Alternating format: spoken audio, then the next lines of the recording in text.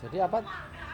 Gibran ketemu dengan Anies Baswedan. Anies Baswedan. Kalau kata buzzer, pertemuan itu adalah strategi Anies untuk menjilat Pak Jokowi. Ya kalau mau jilat Pak Jokowi ngapain lewat Gibran? Lewat siapa Mas harusnya Mas? Jilat. Enggak, gini. Sebenarnya kalau menurut sampai hari ini tuh, apa yakin Anies ini bisa menang? Mengingat banyak sekali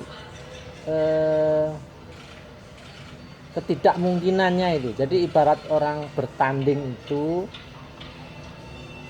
yang parliamentary threshold 20% itu, Ya. itu kan seperti begini. Lari 100 meter. Kelompok PDIP dan lain-lain itu sudah 20 meter di depan. Sementara Anies baru start di 0. Udah 6 lah Pak. Hah? Nasdem. Enggak, maksudnya ini perumpamaannya. Ini kan sudah jelas aturan main nggak bakalan menang lah. Ya. Dari situ saja itu kan sudah kemungkinan kalah itu besar, satu. Yang kedua, secara modal si partai lain yang mempunyai calon ini, makanannya, gizinya itu sangat los-losan itu. Ya. Sementara Anies itu justru disuruh puasa, nggak ada modal, nggak ada gizi, nggak ada apa gitu. Ada mainan. Nah ini apa bisa gitu menang gitu? Gini Pak, kalau kita ngikutin logika atau analogi yang Bapak sebutkan tadi, lomba lari 100 meter, PDI ya sudah ada pada posisi 20 meter pertama. Iya. Sementara Anies yang tidak berlatar belakang partai politik, itu bahkan bukan cuma 0, tapi minus. Kan gitu ibaratnya. Nah, gimana caranya lomba lari 100 meter kita bisa menang dengan orang yang sudah di depan 20 meter? Ya itu. Caranya adalah kita bertanding sama anak kecil.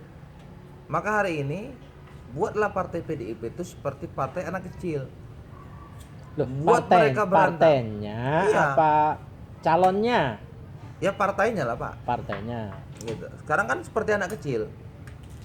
Dikit-dikit ngelarang, Dikit-dikit larang, dikit-dikit petugas partai, dikit-dikit harus kandidatnya ini, dikit-dikit ngasih sanksi, dikit-dikit ini segala macam. Itu kan anak kecil itu. Jadi sebenarnya strategi sudah masuk kalau saya lihat ini. Bagaimana kemudian mengalahkan orang yang sudah 20 meter di depan kita dengan cara menciptakan lawan kita seolah-olah dia anak kecil. Sehingga kemampuan dia berlari itu tidak signifikan kencang.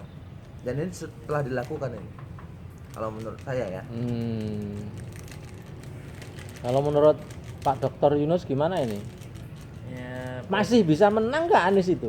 insya Allah bisa itu. Asal konsisten aja. Jadi harus terus berjalan.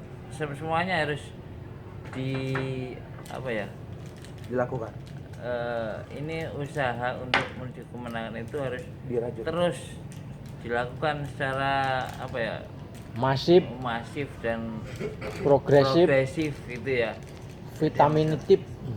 Kalau masalah ini ya, vitaminnya itu ya, apa namanya, Gizi. gizinya itu Gizi. ya, orang-orangnya Pak Anies itu sepertinya sudah terbiasa lah Mental kayak baja gitu, ya, kan sudah gitu. ahli puasa lah, ahli gitu. tirakat. Kita tahu aja dari beberapa tempat yang saya kunjungi itu mereka terus tetap semangat gitu loh, bahkan tanpa apapun mereka rela untuk berkorban untuk sepertinya untuk membesarkan nama Pak Anies lah, kan gitu kan. Tapi kalau saya ya, versi saya itu begini. Ini kita bicara real di kondisi masyarakat sekarang. Sebenarnya Pak Anies itu lebih baik tidak jadi presiden untuk 2024. Kenapa? Selama kasus hukum masih seperti ini, di mana banyak peradilan sesat, di mana aparat penegak hukum, polisi, jaksa, hakim, lawyer, kita lihat gombal mukio semua itu, brengsek semua itu dalam tanda kutip. Iya. Nah, takutnya kalau Pak Anies jadi presiden, nanti selepas jadi presiden kayak kasus jadi gubernur ini, dihukum oleh orang-orang itu yang udah benci sama Anies dari sekarang ini loh. Sangat mungkin loh, pasca dari gubernur aja dimentahkan programnya. Satu. Kemudian dibayangin Heru siapa itu nggak terkenal sama sekali itu kan bisa-bisanya dibuat kayak jadi gubernur 5 tahun kalah dengan PJ yang hanya berapa bulan itu. Gila itu. Ini baru gubernur loh, Anies baru jadi gubernur. Kelak kalau jadi presiden 2024, 2029 bisa masuk tahanan itu Pak Anies itu. Kalau kita sayang Pak Anies, apakah layak tuh 2024 atau masih 2029 gitu? Diragukan, kandidat Mas Yunus diragukan. Nggak apa-apa, nggak apa. Tapi posisinya gini, kita juga harus kasihan sama bangsa juga lah Pak. Karena kalau kondisi Ada kasihan yang jauh lebih besar gitu daripada kan gitu figur. ya. Enggak, maksudnya kalau apakah harus 2024? Kenapa nggak sabar 2029? Nah, menurut saya Nanti- begini Pak, ya kan.